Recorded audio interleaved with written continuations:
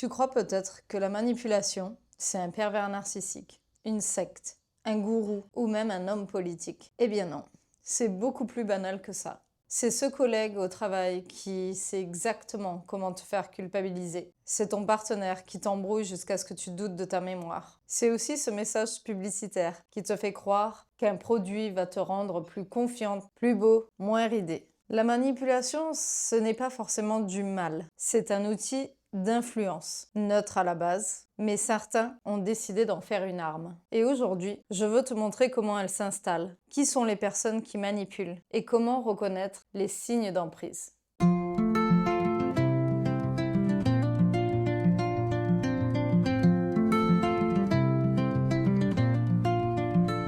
Bienvenue sur la chaîne, je suis Fanny, je suis psychopraticienne et ici j'aime analyser les faits d'actualité, notre société moderne et comprendre comment elle nous affecte mentalement. Donc si ça t'intéresse, c'est gratuit, rejoins-moi tous les dimanches soirs à 18 h en cliquant sur ce bouton ci-dessous. Allez, c'est parti, on démarre. La porte d'entrée. La manipulation ne commence jamais par la force, contrairement à ce qu'on pourrait croire. Elle commence par la séduction, la gentillesse, la connivence, la compréhension d'une situation. Et c'est ce premier lien émotionnel qui ouvre la porte à cette manipulation. Et c'est exactement ce qu'ont montré les deux psychologues Friedman et Fraser dans les années 60. Ils ont mené une expérience sociale qui s'appelle le pied dans la porte. Ils ont demandé à des habitants de coller un petit autocollant « Conduisez prudemment » sur leur voiture. Comme c'était pour la bonne cause, presque tout le monde a accepté. 2 semaines plus tard, ils sont revenus pour demander cette fois-ci à ces mêmes personnes de planter un panneau publicitaire énorme, soyez prudents sur la route, dans leur jardin. Résultat, les personnes qui avaient accepté le petit autocollant au départ de prévention routière ont été 3 fois plus nombreuses à dire oui à la deuxième demande.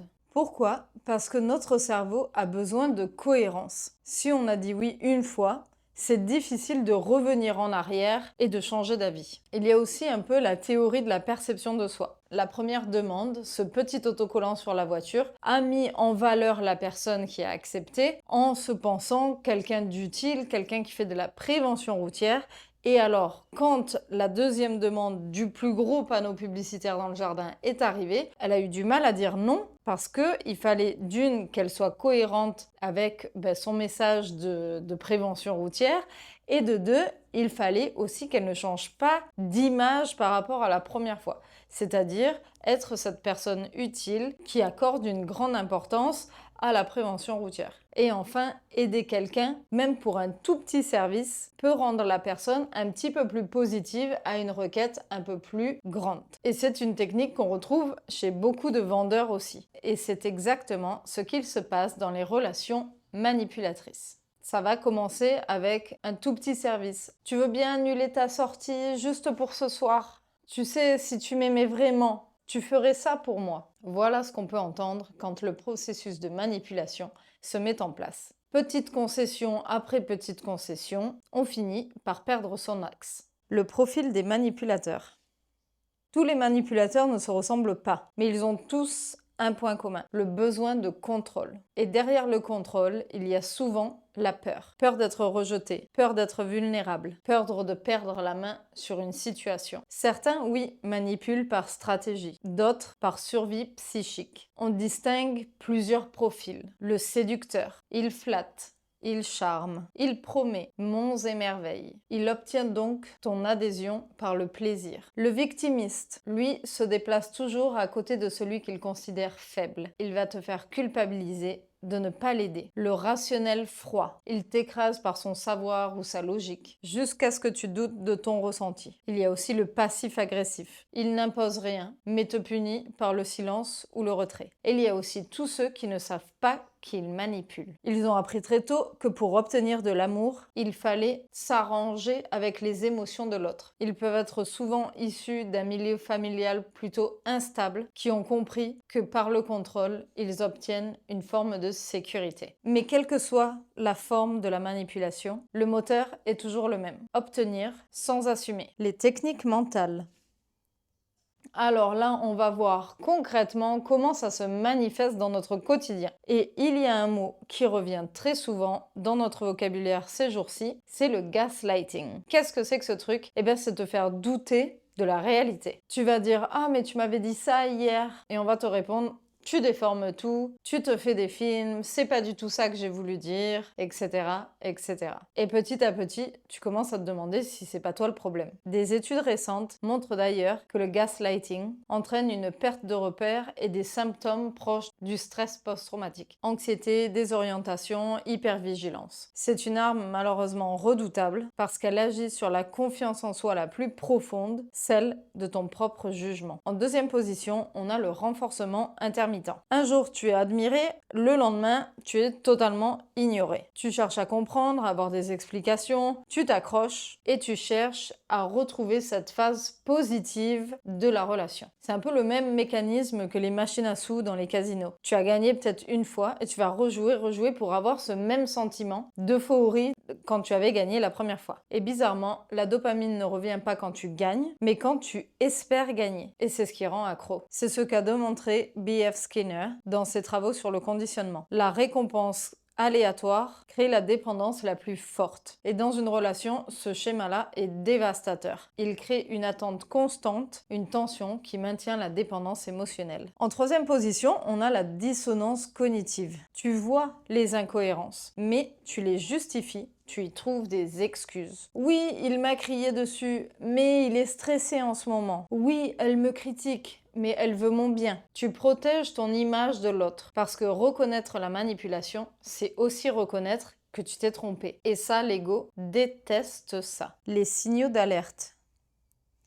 Alors, on rentre dans le chapitre des signaux d'alerte et peut-être que c'est le moment pour toi de voir si tu te fais manipuler. Si tu te reconnais dans un de ces signes, peut-être que tu te fais toi-même manipuler. D'abord, tu doutes constamment de ta mémoire ou de ton jugement. Tu te sens coupable d'exprimer tes besoins. Tu fais des efforts disproportionnés pour garder la paix. Tu ressens un soulagement quand l'autre est gentil, au lieu de vivre ça comme normal. Tu perds confiance en ton intuition. Voilà 5 signes qui te permettent de peut-être reconnaître si toi aussi tu vois une forme de manipulation dans tes relations, qu'elles soient professionnelles, personnelles ou familiales. Bien sûr, on pourrait en trouver d'autres, mais déjà cela nous donne de bonnes clés de compréhension du mécanisme mis en place. Et d'ailleurs, ces signes, s'ils sont isolés, qu'ils arrivent très rarement, peut-être que c'est même pas de la manipulation. Par contre, s'ils s'installent dans le temps, c'est certainement un red flag. Pourquoi on tombe dedans ?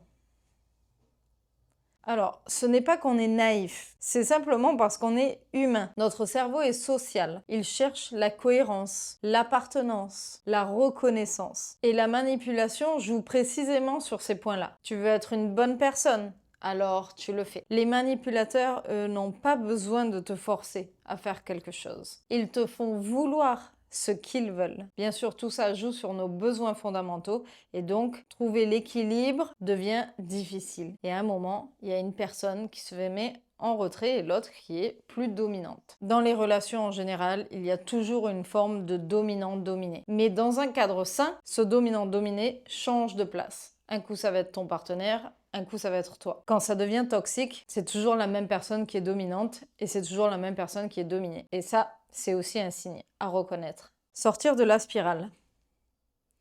Alors, tout d'abord, on est toujours manipulé par quelqu'un. Que ce soit, encore une fois, une publicité à la télé, un service qu'on doit rendre à un collègue, des heures supplémentaires à son travail. Il y a toujours quelque part une forme de manipulation. Pour arriver à s'en défaire, il faut déjà la reconnaître. C'est souvent pas la partie la plus facile. Encore une fois, parce qu'on a donné, et c'est très difficile de faire marche arrière quand on a donné autant. C'est un peu ce qu'on disait en début de vidéo, tu commences par un petit autocollant de prévention routière sur le derrière de ta voiture et tu te retrouves avec un panneau publicitaire géant devant chez toi, dans ton jardin. Alors pour sortir de là, il faut déjà arriver à prendre un peu de recul. Et comment on peut faire ça? Déjà, on peut revenir dans son corps. Qu'est-ce que le corps nous dit? Parce que avant même la pensée, le corps sent quand quelque chose sonne faux. Si tu ressens une tension, une confusion, une peur inexplicable, écoute-la. Le corps nous parle. C'est souvent ton intuition avant même la conscience. Tu peux aussi t'aider en rendant le flou visible, c'est-à-dire note les faits, les paroles, les dates. Tu pourras revenir dessus plus tard pour vérifier que tes informations sont bien les bonnes et que tu ne perds pas la tête. C'est pas de la paranoïa, c'est plus du discernement. Ça va correspondre certainement à des personnes qui sont vraiment dans une manipulation plus ancrée, plus quotidienne et où on a l'impression de perdre vraiment la tête. Le troisième conseil, ce serait aussi de créer une distance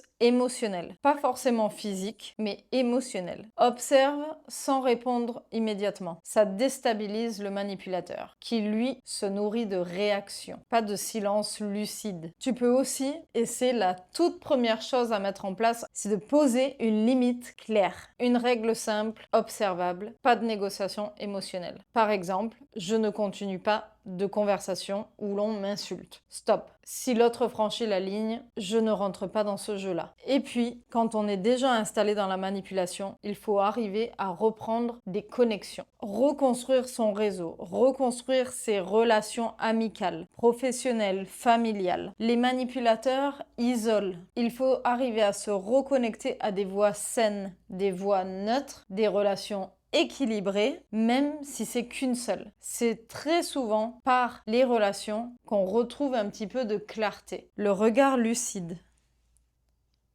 La manipulation fait partie de la nature humaine. On l'utilise tous un petit peu, consciemment ou non d'ailleurs. La vraie différence, c'est l'intention. Qu'est-ce que je cherche à obtenir? Est-ce que je cherche à contrôler ou à co-créer? Ce sont deux choses différentes qui peuvent nous mettre sur la voie de la manipulation ou non. Le manipulateur aussi, il faut se souvenir qu'il vit dans la peur. La personne consciente, elle, vit dans sa vérité. Et la vérité n'a pas besoin d'armes, juste de clarté. Et toi, est-ce que tu t'es déjà rendu compte trop tard que tu te faisais manipuler? Si oui, je t'encourage comme toujours à l'écrire en commentaire. Ça peut aider une autre personne à se sortir de là. On parlait justement des moyens à mettre en place pour refaire du lien, recréer des connexions. Et des fois, il suffit d'une connexion pour se rendre compte qu'on n'est pas seul. Et c'est la communauté qui peut aider. Donc si cette vidéo peut aider quelqu'un à sortir d'un schéma de manipulation ou d'une relation toxique, si ça peut aider, il faut le faire. Voilà. Si tu connais quelqu'un qui a besoin